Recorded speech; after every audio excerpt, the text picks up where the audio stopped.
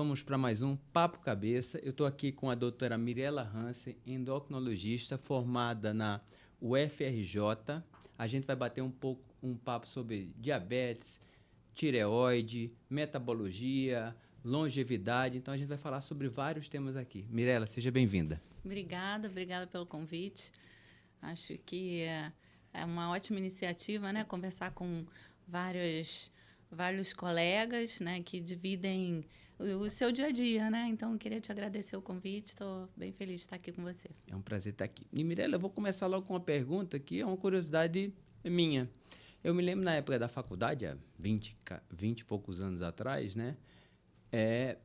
Tinha disciplina de endocrinologia. E eu não sei se eu não sabia na época e tinha esse nome e agora tem, ou se sempre foi endocrinologia e metabologia, ou isso é uma nomenclatura nova. E por que isso? Na verdade, de um tempo para cá, né, de alguns anos para cá, a Sociedade Brasileira de Endocrinologia colocou a metabologia junto à endocrinologia, né, porque o endocrinologista é o especialista do metabolismo, né, então que tem essa visão geral das doenças metabólicas e os hormônios têm um papel fundamental no metabolismo, né? Então, o especialista médico que estuda a metabologia é o endocrinologista. Então, na verdade, eu acho que veio daí essa junção da metabologia à endocrinologia. Isso é bem interessante, né? Que hoje em dia todo mundo assim muito vidrado em saúde, em ficar forte, em malhar, né? Isso tudo tem a ver com o metabolismo, né?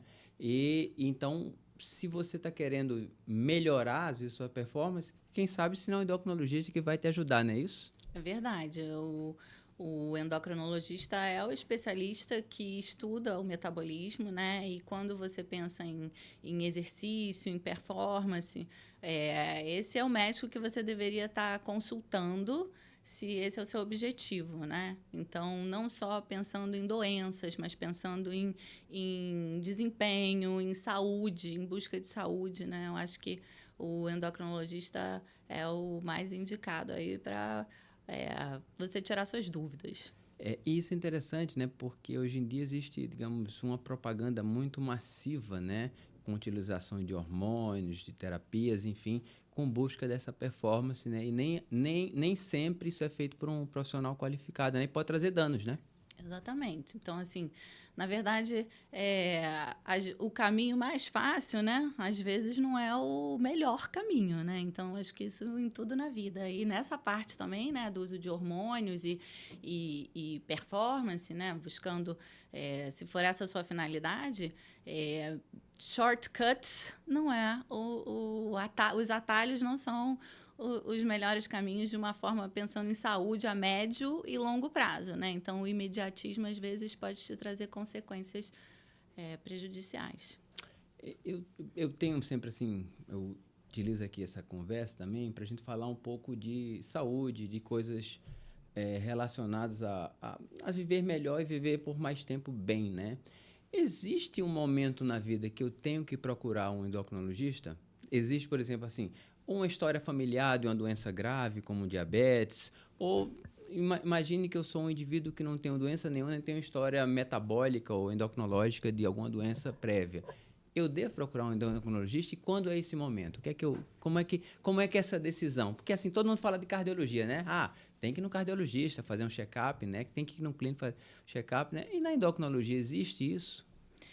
Então, assim, o endocrinologista é basicamente um médico clínico, né? Uma especialidade clínica. Então, a base da endocrinologia, para a gente ser endocrinologista, a gente tem que ter uma base de clínica médica, né? Então, começa que é uma especialidade que tem nuances muito grandes que, às vezes, o paciente está procurando o endocrinologista para ter um acompanhamento clínico, mas olhando um pouco mais do ponto de vista hormonal, né? Então, assim, existem algumas situações importantíssimas, né, para procurar um endocrinologista, por exemplo, na vida da mulher, né?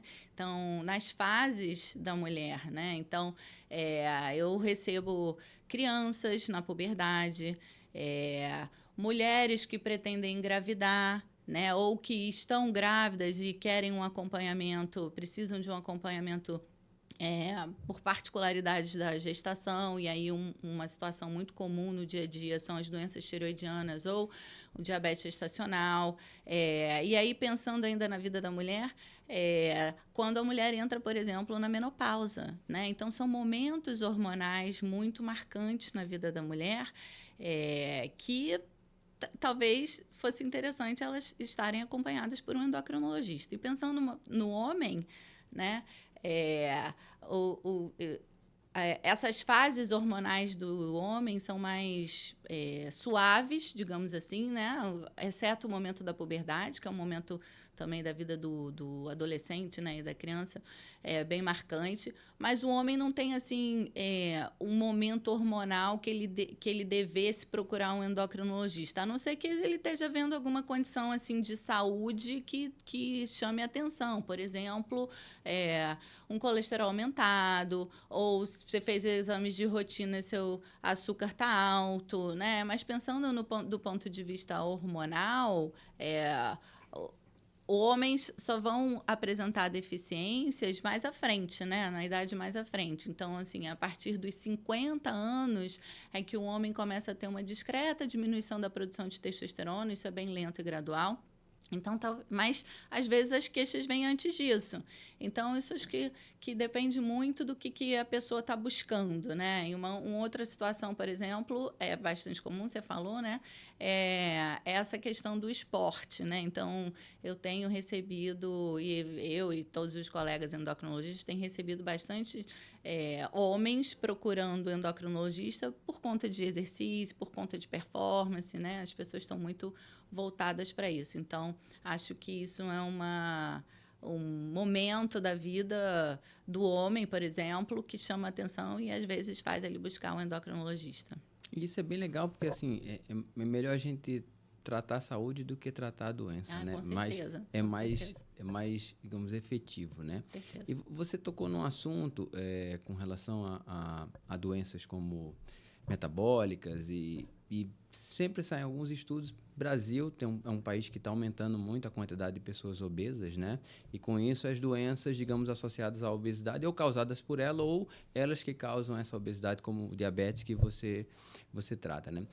Existe algum momento da vida que é interessante começar a fazer uma glicemia no indivíduo saudável? Com qual frequência você deve fazer? Como investigar isso, digamos, de um ponto de vista populacional? A população assim, eu quero saber como é que está esse meu açúcar no sangue. Eu devo fazer isso anualmente, a cada 6 meses? Qual é a recomendação para isso? Então, acho que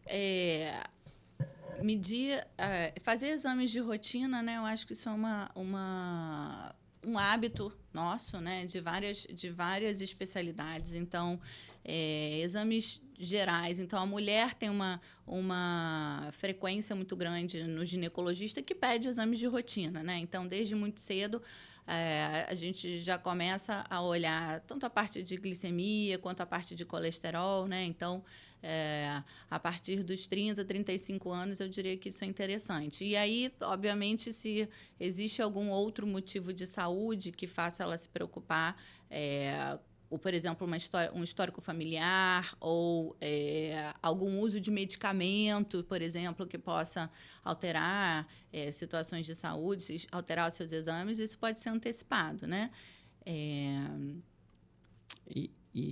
E falando nisso daí, né, é muito comum, às vezes, no consultório pré-operatório que a gente faz, né, ver a glicemia elevada e o paciente fala assim, doutor, essa minha glicemia, ela sempre foi alta e quando eu fico estressado, ela aumenta mais ainda. Aí fala assim, já me falaram até que eu tenho um diabetes emocional. Isso existe, Mirela? Um diabetes emocional? A pessoa fica nervosa e fica com o açúcar aumentado no sangue ou isso é uma desculpa? Não, na verdade, o estresse aumenta cortisol e aumenta a adrenalina e ele tem uma repercussão, sim, do ponto de vista glicêmico, mas não existe diabetes emocional, né? O estresse agrava a glicemia de quem já tem um problema acontecendo, né? Então, até porque quando a gente faz o diagnóstico, né, de diabetes, a gente usa critérios bem marcados, né? Que são os critérios recomendados por todas as sociedades, né? A Sociedade Brasileira de Diabetes, Sociedade Americana, Sociedade Europeia. Então, assim, e essa medida inclui vários critérios, mas basicamente é medir a glicemia em jejum. Então, geralmente a pessoa não acorda estressado, né? O estresse vem ao longo do dia. Então, não existe o diabetes emocional, mas existe o diabetes agravado pelo emocional. Mas quando a pessoa já tem um diagnóstico de diabetes, isso pode acontecer sim. Isso é interessante, né? Porque hoje a gente tem medidas de medir a glicemia ao longo do dia, né? Que a gente chama de monitorização contínua da glicose, né? E aí... Seria aquele exatamente. petzinho que bota no braço? Um sensor que coloca no braço. Isso é muito interessante, porque a gente consegue definir exatamente as situações de hiperglicemia relacionadas ao estresse ao longo do dia, né? Então, eu usei há pouco tempo e estava numa reunião super estressante, né? Que estava a reunião inflamada e a minha glicemia subiu no meio da reunião. Então, foi super interessante ver aquilo ali acontecendo, né? E é isso, né? O estresse causa picos glicêmicos, né? Mas ele não causa diabetes. E esse negócio do estresse causar picos glicêmicos, como ela falou aqui, é super fisiológico, que é o teu corpo se preparando para uma luta. Exatamente. É o açúcar subindo para dar combustível, porque nós temos, digamos, uma memória genética ancestral, né? Então, tava no meio da mata, da selva, vi um bicho, eu tinha que correr. Então, tinha que estar com muito combustível. A luta e fuga, exatamente. Então, isso é bem fisiológico, então não se preocupe por isso. Mas, aproveitando esse gancho dessa glicemia elevada no estresse, isso é uma dúvida minha também, existe um pico máximo que pode chegar? Por exemplo, eu imagino que eu sou saudável, não tenho diabetes nem nada, botei o monitor e fui numa situação de estresse e minha glicemia deu 300. Vou dar um chute aqui. Uhum. Existe um limite de quanto ela pode subir ou qualquer subida é válida para isso? Não, existe sim, né? Se deu 300, tem alguma coisa errada, né? Então, você está com um metabolismo que não está equilibrado. Então, assim, para pessoas que não têm diagnóstico de diabetes, né? O máximo de hiperglicemia tolerável seria 140. Então, assim, eu costumo dizer, se o seu pâncreas está funcionando super bem, 140, 2 horas depois de alguma situação, por exemplo. E aí esse número está baseado relacionado à alimentação. Então, 2 horas depois de você comer, o seu corpo tem que ter metabolizado aquele açúcar ali que você comeu e não pode ultrapassar 140. Então, eu costumo dizer que você pode comer um pote de sorvete inteiro se o seu pâncreas estiver funcionando bem e você estiver produzindo insulina na quantidade certa e ela estiver funcionando bem, porque aí também não adianta você só produzir, você tem que... ela tem que agir adequadamente. A sua glicemia não deveria ultrapassar 140. Em situações de estresse... Não tem, assim, a gente não tem um ponto de corte definido, né? Mas se está chegando a 300, é um número muito alto. Com certeza tem alguma coisa errada acontecendo. E nessa conversa, digamos, sobre diabetes, etc., né? Navega um pouco na obesidade, né? Uhum. E uma coisa hoje em dia que está muito em alta são as famosas canetinhas da obesidade, né? Enfim, que tem várias aí no mercado, né? Você poderia explicar para a gente o que são essas canetas, como é que ela funciona e explicar também que é uma coisa importante, que às vezes a pessoa acha que é um produto que pode chegar na farmácia e comprar e começar a utilizar, mas tem digamos, uma estratégia terapêutica, um remédio. Isso não é uma coisa que pode ser usada aleatoriamente. Você pode explicar para a gente o que são essas medicações e como foi que elas foram evoluindo, né? Sim, então, a classe desses remédios se chama análogos do GLP-1, né? Então, análogos que são uma substância feita em laboratório e idêntica ao que a gente produz. Então, o que é o GLP-1? O GLP-1 é um hormônio intestinal, chama-se glucagon-like peptide tipo 1, né? É um hormônio do intestino que a gente produz quando a gente se alimenta. Então, eles começaram há anos atrás, mais de 20 anos atrás, a estudar qual a função desse hormônio na parte metabólica em relação ao controle glicêmico, em relação principalmente ao diabetes, né? Porque ele começou sendo estudado em relação ao diabetes. Então, esse hormônio, ele é metabolizado quando a gente se alimenta, só que ele dura 4 minutos na nossa circulação, porque existe uma enzima que degrada esse hormônio. Então, fisiologicamente falando, a gente produz esse hormônio quando a gente come, só que ele é muito rapidamente degradado. Então, começaram a estudar aonde agia esse hormônio, né? E outros hormônios intestinais também, que são secretados quando a gente se alimenta, aonde agem esses hormônios. Então, foi visto que existem receptores no cérebro, no centro da saciedade, do apetite, no estômago e no intestino, que tem a ver com a velocidade de esvaziamento gastrointestinal da comida. Existem receptores no pâncreas, e aí essa ativação desses receptores no pâncreas tem a ver com o metabolismo da insulina e do glucagon, que são os principais hormônios alterados quando a gente está falando de diabetes, né? No fígado, no músculo, no coração. Então, vários locais onde a gente tem receptores desse hormônio, e esse estudo começou a ser aprofundado a partir daí, né? E, ao longo do tempo, viram que se a gente estimulasse esses receptores, ou seja, se a gente ligasse esses receptores constantemente, amplificando a resposta do GLP-1, né, que é o hormônio, a gente tinha benefícios positivos em relação a várias coisas, principalmente da parte metabólica. E aí, inicialmente, o estudo veio pensando no tratamento do diabetes, né? Então, essas drogas foram inicialmente aprovadas para tratar pacientes com diabetes, mas, ao longo do tempo, esses estudos foram se desdobrando e viram que eles também tinham uma função muito grande no tratamento da obesidade. Então, os estudos se desdobraram. Então, quando uma droga é estudada, ela tem uma função inicial, mas, ao longo do tempo, vão vendo que também age em outros pontos, né, do corpo, e, às vezes, essa droga começa a ter indicações secundárias. E foi isso que aconteceu ao longo dos anos, né? Então, eu me lembro do lançamento de um dos primeiros análogos de GLP-1. Eu estava na época da residência, estava fazendo um curso nos Estados Unidos, foi em 2005, né? E não era nem hormônio recombinante, ou seja, feito em laboratório, era extraído da saliva de um lagarto. Caramba. Do deserto. E aí, desde então, né, isso foi em 2005, nos Estados Unidos, e desde então isso vem revolucionando realmente aí o tratamento das doenças metabólicas, principalmente da obesidade. E esses análogos, né, do GLP-1, como você falou, eles agem no tratamento da obesidade? Isso também é uma curiosidade que todo mundo tem.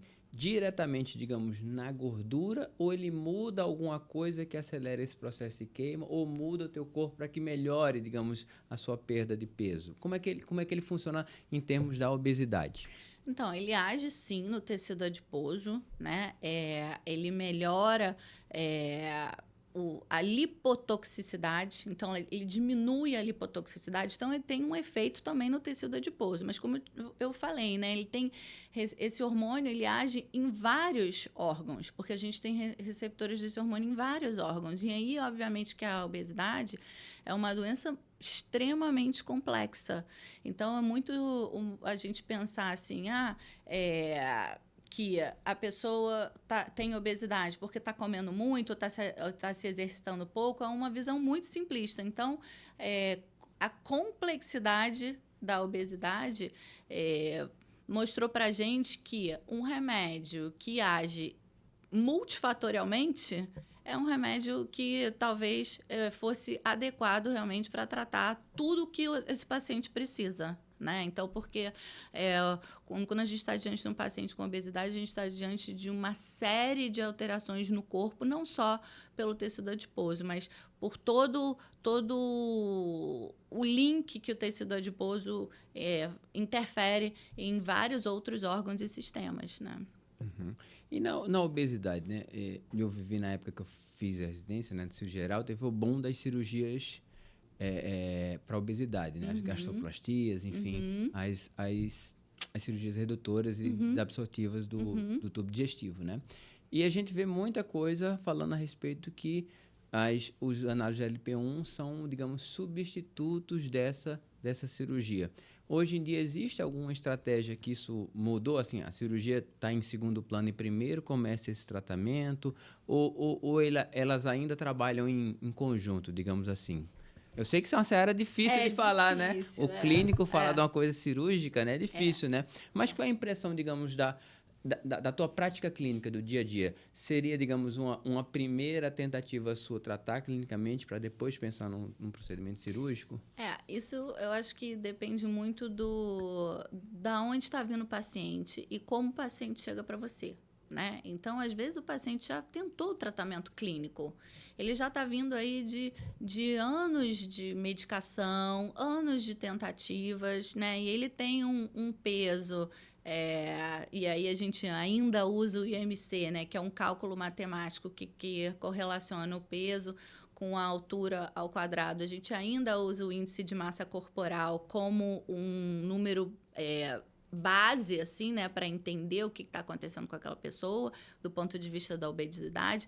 Então, dependendo do índice de massa corporal, se for muito alto, então índices maiores que 30, 35, 40, às vezes o paciente chega com muito excesso de peso e já está vindo de um histórico de uso de medicações sem sucesso.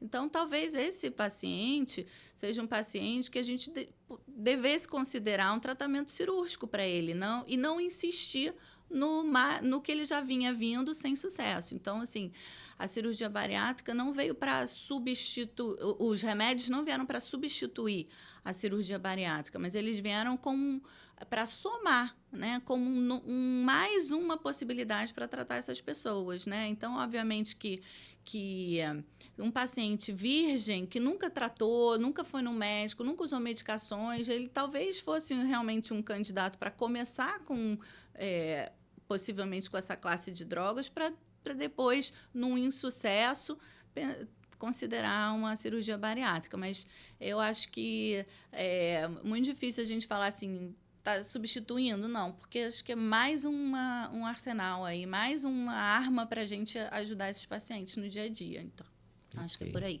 E, navegando ainda na obesidade no GLP-1, tem um assunto que me chama muito a atenção.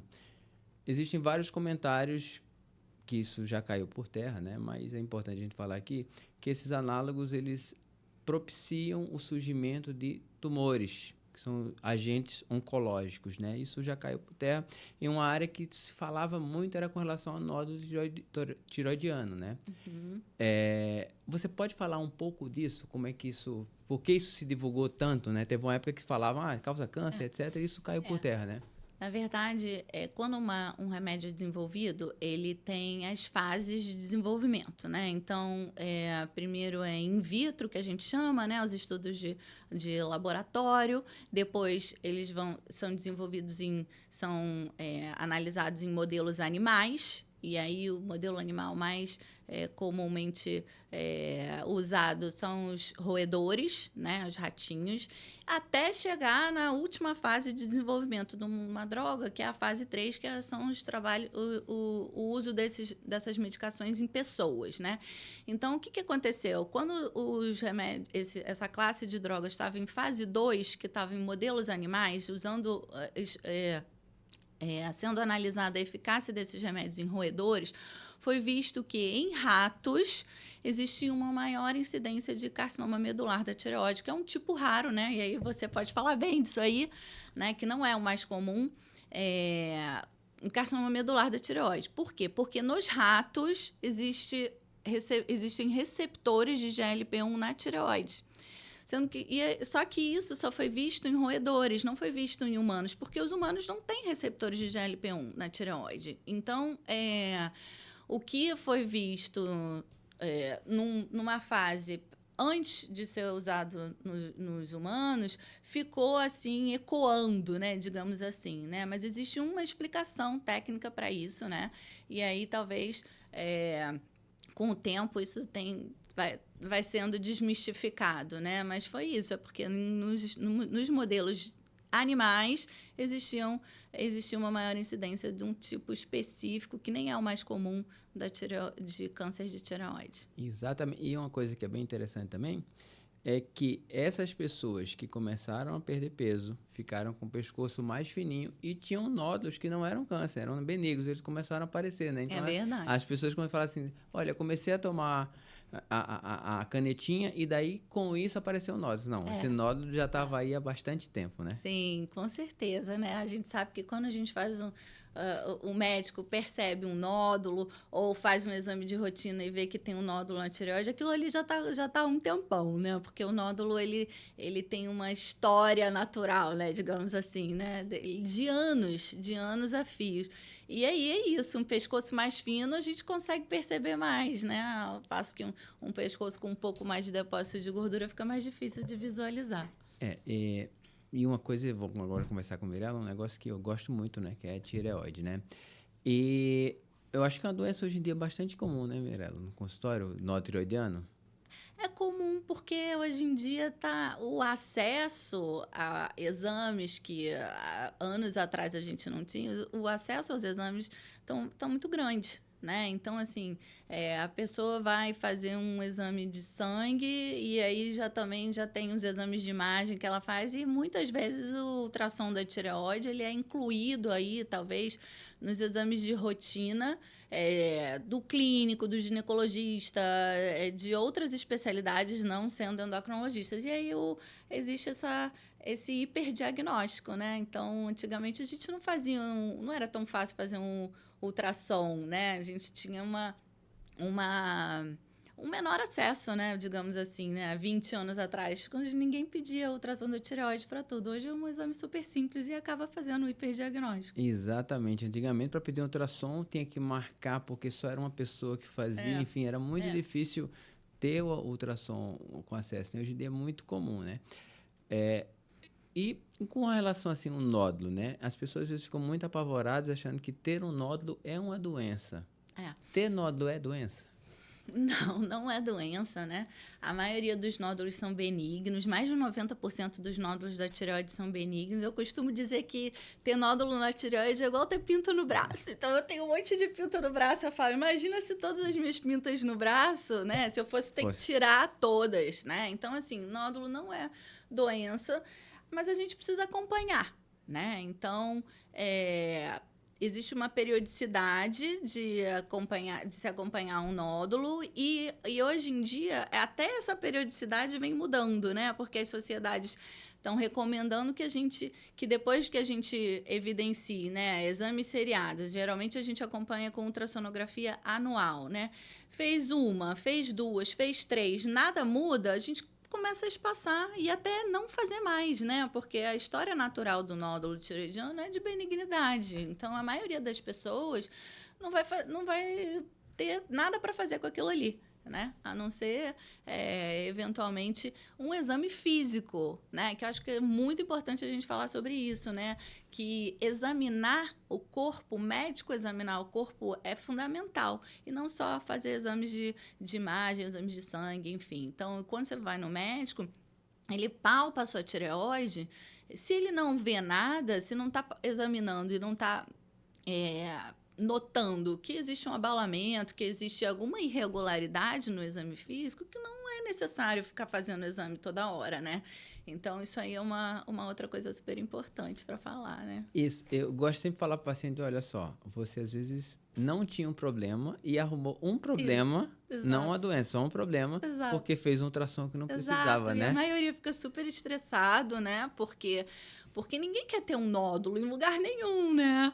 Então... Não, e o nome feio, né? Todo mundo acha que nódulo, tô com caroço no pescoço, tô com nódulo, fica bem assustado. Não, e o pior desse nome é tumoração, né? Exato. Quando vê esse nome, então, é pior ainda, né? Porque aí você associa tumor, né? Nódulo, tumoração, são todos sinônimos, mas uma pessoa que não está acostumada a escutar esse nome tira o sono de qualquer um, né? E falando em tumor, né? Um tumor que hoje em dia até tem uma incidência até relativamente elevada, né? São os carcinomas papilíferos da tireoide, né? E eu sempre falo o seguinte, às vezes você tem um diagnóstico de carcinoma e aquele mundo caiu, né? Carcinoma papilífero, você acha que é uma doença assim que que é tão importante para a gente se apavorar ou é uma doença que pode tratar e ficar muito bem? Não, a maioria é exatamente isso que você falou, né? Trata e fica muito bem, né? Então, quando a gente... o mais comum é ser um microcarcinoma. O que isso significa? São tumores menores do que 1 centímetro. Então, na maioria dos pacientes, quando se opera, esse é o diagnóstico que a gente mais encontra na análise da peça cirúrgica, né? Então, esses pacientes ficam muito bem. E, às vezes, a cirurgia é curativa. Né? Existe até um movimento também falando sobre microcarcinoma, né, que são de tireoide, são esses tumorizinhos pequenos, já de vigilância ativa. O que é isso? É não operar esses pacientes, né? Então, existe essa nova vertente aí, né, das sociedades recomendando ser menos invasivo, né? Mas o carcinoma papilífero tem um comportamento benigno, né? Só que ninguém quer também ter essa palavra, né? No seu, quando vem lá a análise do material da cirurgia, ninguém quer ver a palavra carcinoma. Então, é uma palavra que assusta muito, mas o prognóstico é muito bom, ou seja, a sobrevida é ótima, a pessoa nem vai morrer disso, vai morrer com isso, né? Então, na maioria dos casos, né? Então, eu acho que o nome realmente é feio, assusta, mas se você estiver bem acompanhado, uma pessoa, de um ótimo cirurgião, né? De um endocrinologista, eu acho que isso já tira a dor de cabeça e a pessoa pode dormir tranquila. E isso é outra coisa que ela falou que é interessante. O carcinoma papilífero, ela falou cirurgião e endocrinologista. São esses dois. Muitos pacientes vão para o consultório e falam assim, olha, descobri que tem um carcinoma papilífero, operei. Eu tenho que ir para um oncologista, Mirela? Normalmente tem que ir para um oncologista? Não, normalmente não. O especialista que acompanha o carcinoma de tireoide, principalmente o papilífero, o medular e outros tipos também, é o endocrinologista. Então, na verdade, você precisa de um endocrinologista e de um bom cirurgião. Né? Porque eu acho que isso é fundamental também, né, William? Exato. Você é sempre a pessoa que eu indico para acompanhar os meus pacientes nesses casos, mas um cirurgião com expertise, né? E aí existe o N, né? O número de cirurgias de um bom cirurgião, uma boa formação. Então, assim, não é... Um cirurgião geral não é o adequado para fazer uma cirurgia de tireoide, né? Porque é a mesma... Como que é a mesma coisa que você...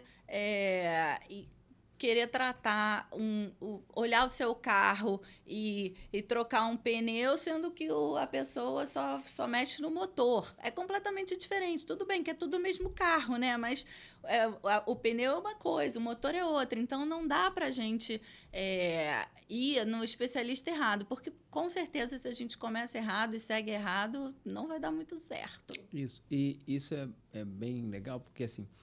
É uma doença altamente tratável e altamente curável quando você começa a tratar ela certo, né? Quando você muda esse caminho, essa trajetória, às vezes pode ser uma doença difícil, né? De se tratar, né? Esse dado que ela falou de um cirurgião que tem expertise, né? Eu não sei o número exato agora, mas a Sociedade Americana... lá eles têm a Sociedade Americana de Cirurgia Endocrinológica. Uhum. Eles consideram um expert em cirurgia da tireoide quem faz pelo menos 50 por ano. Exato. Que é um número bem razoável de cirurgias. Então, às vezes, você vai no cirurgião que faz uma ou outra espaçadamente, essa pessoa não está habilitada, não diria habilitado, mas não está... convivendo com a doença, às vezes não sabe como é que é esse tratamento a longo prazo da doença, não é isso? Exatamente. Então, assim, e aí vem as complicações, né? Então, pensando na cirurgia de tireoide, quando você não está com um cirurgião com uma expertise, né, de excelência, as complicações são mais frequentes. Eu acho que e aí é interessante, né? Não sei se você vê isso também no seu dia a dia, né?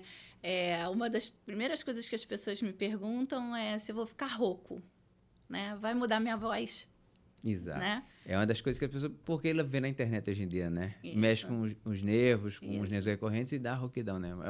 Eu acho também que isso tem a ver, Mirela, com pessoas que têm convívio com quem operou no passado. Lá atrás. Né? Exato, exatamente. Então, assim, operar a tireoide hoje em dia não dá rouquidão, né? Hoje, assim, você pode falar melhor do que eu, né? Mas existem... As técnicas cirúrgicas avançaram muito. E o nervo que irriga lá, né? Inerva a corda vocal, que é o nervo laringeu recorrente, que é esse que é o que a gente precisa se preocupar. Existem ferramentas cirúrgicas, né? Para monitorizar a localização desse nervo. Então, nem se toca no nervo, né? Então, os pacientes voltam e falam assim... operei com o doutor Elianov, minha voz não mudou nada. Mas não ia mudar, né? Mas é isso mesmo. Hoje em dia a gente usa um aparelhinho, né? Que ajuda a gente a encontrar o nervo e melhora tudo isso, né? Então, também fica de dica para vocês, né?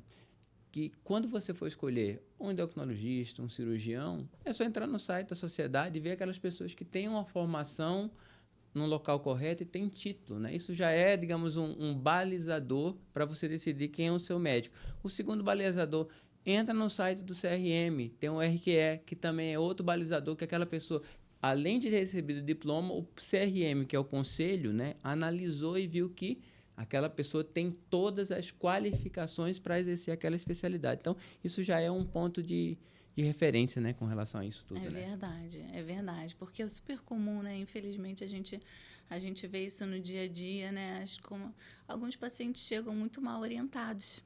E aí, para a gente consertar o que já vem vindo errado é muito mais difícil, né? E aí, a pessoa, por escolhas ruins, né?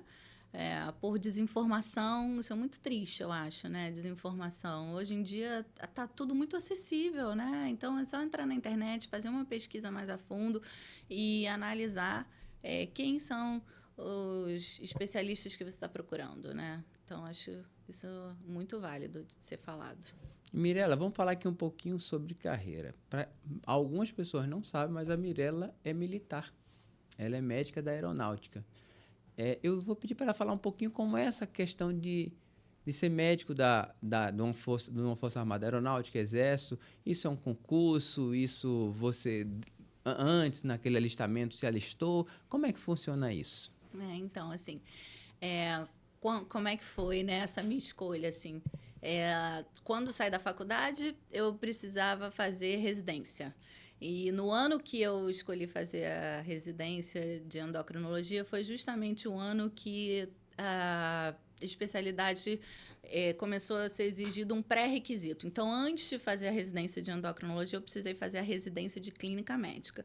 E aí, eu estudei num hospital universitário, eu estudei na UERJ, e quando eu passei para a residência de clínica médica, que todo o mundo estava fazendo residência de clínica médica, eu acabei indo para um hospital militar. Então, não fui para um hospital escola, né, que a gente chama. Eu fui para um hospital militar, fui para o Hospital da Marinha, que é o Hospital Marcílio Dias, mas não era militar naquela época, mas para fazer a residência de clínica médica. E daí, de lá na minha residência, eu comecei a conhecer o que é trabalhar num hospital militar, o que é ser um médico militar e qual as possibilidades das pessoas que tinham acesso àquele mundo, né? Porque é importante falar, né, que o hospital militar ele atende militares e dependentes de militares, os familiares, né? Então, é um microcosmo, né? E aí eu comecei a ver que aquilo ali era muito interessante, porque dentro de um hospital militar, a gente é um hospital federal, né, um hospital público, mas que atende esse perfil de pessoas. Dentro de um hospital militar, as pessoas tinham oportunidades muito maiores, né, de se tratar e de fazer diagnóstico e de acesso médico muito maiores do que, infelizmente, em outros hospitais públicos, né? E aí aquilo ali começou a me chamar a atenção. Nossa, que eu achei muito interessante, né? E aí depois eu fiz a residência de endocrinologia, e aí eu fui para um hospital escola, fui para o UFRJ, e quando acabou a minha residência de endocrinologia, eu pensei assim, eu falei, e agora? Eu vou trabalhar onde? Né? Onde eu vou conseguir aplicar tudo que eu aprendi aqui, né? Que as pessoas possam ter possibilidade de se tratar, possibilidade de eu conseguir fazer um bom diagnóstico. E a endocrinologia é uma especialidade que depende muito de exames, principalmente exames laboratoriais, né? Então, assim, exames hormonais são exames caros, né? E aí eu queria estar dentro de um hospital, eu queria estar dentro de um serviço, eu não queria trabalhar sozinha no consultório, né? Porque é muito solitário, eu queria ter a possibilidade de troca, né? Em equipe, de trabalhar em equipe. E aí surgiu o meu concurso, né? Eu falei assim, olha, interessante isso aqui, eu acho que eu vou fazer esse concurso. É um concurso público, né? Então, eu entrei já, eu escolhi a minha especialidade, a minha localidade. Então, na aeronáutica, a gente faz por local, né? Então, a minha vaga era para o Rio de Janeiro. E aí eu fiz e passei. E aí a gente passa por um treinamento militar, né? Porque a gente vira um médico militar. Então, na verdade, existe um treinamento, né, que todos os médicos precisam fazer. Na minha turma tinha médicos, dentistas, farmacêuticos, e a gente ficou 4 meses, fiquei 4 meses em Belo Horizonte fazendo esse treinamento militar, e aí estudando a vida militar para depois chegar no hospital, né? E eu já trabalho nesse hospital há mais de 15 anos, eu sou muito feliz lá, eu acho que é um local maravilhoso. A gente tem hoje várias residências médicas dentro do hospital e existem vários hospitais militares. E você é coordenadora, né? Agora trabalha na coordenação da residência, né? Eu coordeno os programas de residência médica. Então, no meu hospital, nós temos 18 programas de residência médica. A endocrinologia é um deles. Então, nosso serviço de endocrinologia é um serviço credenciado pela Sociedade Brasileira de Endocrinologia. Eu costumo dizer que é a residência mais novinha do Rio de Janeiro, né? Nós temos 2 residentes por ano e eu sou muito feliz lá e eu acho que os nossos residentes também, né, são felizes. O residente é militar também, Mirela? O residente não é militar. Ele pode ser militar se ele quiser, né? Então, ele pode fazer... E aí, nesse caso, é um serviço militar voluntário, é diferente do... Ele faz a prova, passou na prova e ele entrou lá e falou assim, eu quero ser militar. Aí ele, como se ele se alistou, digamos assim. Exatamente. Então, é como se fosse um cargo voluntário, não é um cargo de carreira que a gente chama, né? É outro tipo de vínculo, né? Então, ele pode acumular as 2 funções. Então, a gente já teve, né, residentes que foram residentes e militares ao mesmo tempo e depois de ter terminado a residência médica, fez o concurso para carreira e hoje ela é staff do serviço. Então, é bem legal, assim, como que a gente consegue influenciar de forma positiva os novos médicos, né? Então, foi aí que eu escolhi essa vida, porque eu queria trabalhar num local que me desse todas essas possibilidades, além, obviamente, do consultório. E quem é do corpo de saúde pode chegar na mais alta patente? Pode chegar. Na aeronáutica é brigadeiro. Pode chegar a brigadeiro? O médico, sim, o último posto, né, do médico é brigadeiro. Então, a gente hoje tem uma mulher médica brigadeiro de 3 estrelas, né, que é um exemplo para todas nós. E antigamente isso não era possível, né? Então ela veio aí para desbravar esse cargo feminino, né, digamos assim. Porque assim, pensar que militar, né, normalmente é uma coisa muito relacionada ao masculino, né? Então... mas isso não é verdade, né? Isso a gente tem vários exemplos, né, em todas as forças, né? E a médica militar também consegue chegar no último posto, se ela quiser. Então, para encerrar aqui, Mirela, eu vou perguntar para você quais são as dicas que você dá para as pessoas, né, para tratar de um tema que você comentou muito no começo, que é super importante, diabetes e obesidade. O que a gente pode fazer desde lá atrás, né, para se prevenir dessas doenças, né? Não comer açúcar, exercício físico. Como é que a gente tenta, num mundo hoje em dia tão cheio de guloseimas e de coisas, enfim, açucaradas, digamos assim, para a gente evitar essas doenças? Então, acho que isso é uma coisa que vem desde a infância, né? Então, a gente ter hábitos de escolhas saudáveis desde pequena, né? Então, Eu acho que essa é a base da prevenção de doenças e principalmente essas que você citou, né, que é a obesidade e diabetes. Então, escolha de alimentação saudável e práticas de exercício regulares também, né? Então, assim, exercícios com constância, né? Então, eu costumo dizer que não precisa ficar 2 horas todo dia na academia ou fazendo um exercício, mas se você fizer 30, 40 minutos diariamente, isso já tem um impacto muito mais positivo do que você ir 2 vezes por semana, 2 horas, né, durante aquele período, né? Então, essa base, né, que vem desde a infância de escolhas saudáveis, então, isso aí é muito importante para a prevenção de doenças no futuro, porque da infância a gente caminha para a adolescência, para o adulto jovem, e a gente traz todo esse histórico de saúde para a vida adulta. Então, um exemplo muito grande é beber água, né? Então, em vez de escolher sucos, refrigerantes, mates e afins, por que não beber água, né? Então, acho que isso é uma coisa muito importante aí para a gente passar para as crianças e que vão trazer esses hábitos aí para o futuro e, com certeza, prevenir as doenças mais à frente. Mirela, obrigado pela sua presença. Enfim, foi muito esclarecedor todas as informações. Vai ficar os contatos da Mirela do Instagram e quem puder seguir a gente no canal do YouTube para ver o vídeo todo na íntegra, eu agradeço. Beijo.